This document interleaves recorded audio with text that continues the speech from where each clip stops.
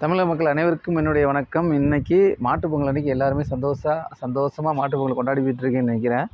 இன்னைக்கு இங்கே பார்த்தீங்கன்னா, பொங்கல் எல்லாம் கிட்டத்தட்ட முடிஞ்சுச்சு. 7 நாள் லீவ் விட்டாங்க. 2வது நாள் ஃபர்ஸ்ட் நாள் 11ஆந்தேதிலேருந்து இங்கே லீவ் ஆரம்பிச்சது. 13ஆந்தேதி வந்து பொங்கல் முடிச்சிட்டாங்க.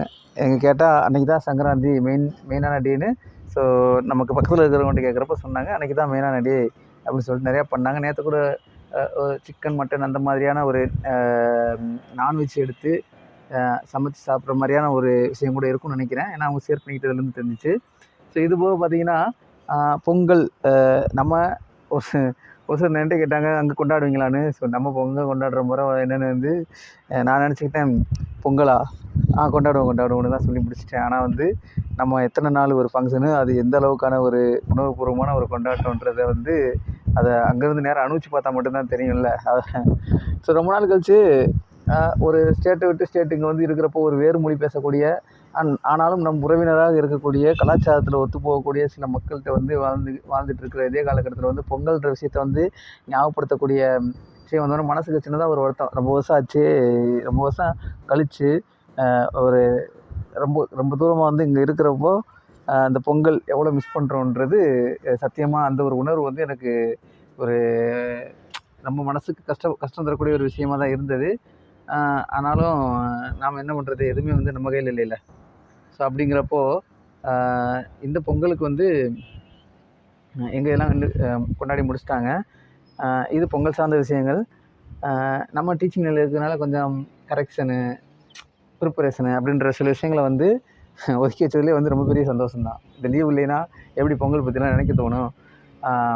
நம்ம இருக்கிற இடம் பார்த்திங்கன்னா வந்து கிட்டத்தட்ட ஹைதராபாத்துலேருந்து சொல்கிறேன். இங்கே பக்கத்தில் போர்டு இருக்குது, முடிஞ்சால் உங்களுக்கு காட்டுறேன்.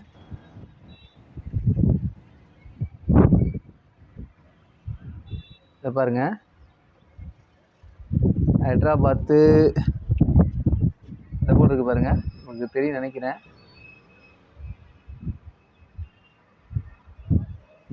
இந்த போர்டு இருக்குது பாருங்கள்.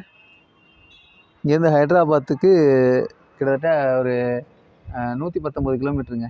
110 கிலோமீட்ரு, ஒரு 4 ஹவர்ஸ் ஆர் 5 ஹவர்ஸ் அது நம்ம போகக்கூடிய வாகனத்தை கொடுத்துருக்கு. அந்த தூரத்தில் தான் இருக்கும். ஸோ ஒரு புது அனுபவம் தான். நான் இருக்கக்கூடிய இடத்தோட பேர் என்னன்னு கேட்டிங்கன்னா திருமலாகிரி. என்னடா கிரின்னு வருதுன்னு யோசிக்கிறீங்கல்ல, நானும் யோசித்தேன், என்னடா கிரின்னு பேர் வச்சுருக்காங்களே, இதுக்கான அர்த்தம் என்னவாக இருக்கும் அப்படின்ட்டு இங்கே உள்ள லோக்கல் பசங்கிட்ட கேட்டு பார்க்குறப்ப அவங்க சொன்னாங்க, சார் கிரினா மலை சார், கிரினா மலை. நமக்கு நல்லாவே தெரியும் தமிழில் கிரிவலம், மலை சார்ந்த இடம். நம்ம தமிழ் இதிகாசம் புராணம்னு சொல்லக்கூடாது, அது நமக்கு தேவையில்லை. நாம் சொல்கிற இந்த நம்மளோட அந்த பழைய பாடல்கள், சங்ககால பாடல்கள்லேருந்து சங்ககால நூல்கள் வரைக்கும் எல்லாத்துலேயுமே வந்து கிரின்றது ஒரு எந்தளவுக்கு ஒரு ஃபேமஸான ஒரு வார்த்தை நமக்கு தெரியும். மலை சார்ந்த இடங்கள் தான் வைப்பாங்க.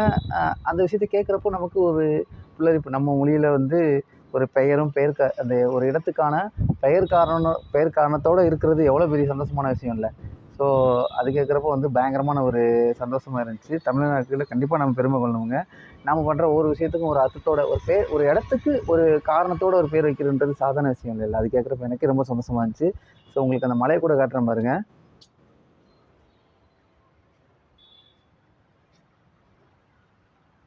பார்த்தா தெரியும் உங்களுக்கு. அங்கே பாருங்கள், இங்கே 2 மலைகள் இருக்கா. இங்கே இருக்கிற சூழ்நிலையுமே வந்து பார்த்திங்கன்னா அந்த மலை சார்ந்த இடமா தான் இருக்கும். அதனால் வந்து பார்த்திங்கன்னா பனிக்காலத்தில் பயங்கர பனியாக இருக்கும். சீக்கிரம் எழுந்துச்சி வெளில வர முடியாது, நைட்டு தூங்க கூட முடியாதுங்க. ரொம்பவே கஷ்டமான விஷயம். அந்தளவுக்கு பயங்கர கஷ்டமாக இருக்கும். பாருங்கள், நல்லா மலை 2 மலைகள் தெரியுதா. அங்கே சின்னதாக கோயில்கள் கூட வச்சுருக்காங்க. இது வரைக்கும் போகல, அடிவாரத்து வரைக்கும் போயிருக்கோம். ஸோ ஒரு நாளைக்கு போகிறப்ப கண்டிப்பாக வந்து வீடியோ எடுத்து போடுறோம். நல்ல மலையாக தான் தெரியுது, ஆனால் அந்தளவுக்கு பெருசு இல்லை, குன்றுன்னு சொல்லுவாங்கள்ல அந்த மாதிரி தான். ஸோ இதெல்லாம் வந்து இங்கே வந்து ஒரு வித்தியாசமான ஒரு சந்தோஷமான ஒரு அனுபவம். எல்லை தாண்டி போனாலுமே வந்து நம்ம இருக்கிற இடத்த தாண்டி போனாலுமே நம்மளோட தாய் மண்ணோட அந்த ஒரு பாசமும் ஒரு கலாச்சாரத்தையும் ரொம்பவே மிஸ் பண்ணுற மாதிரி தான் இருக்குது. ஸோ அதனால இன்றைக்கி ஒரு வீடியோ போட்டேன். இன்னும் திரும்ப அடுத்த வாரத்தில் இருந்து எக்ஸாம்ஸு அது இது நிறையா விஷயங்களை வந்து நம்ம ஸ்டார்ட் பண்ண வேண்டியிருக்கும். அதனால்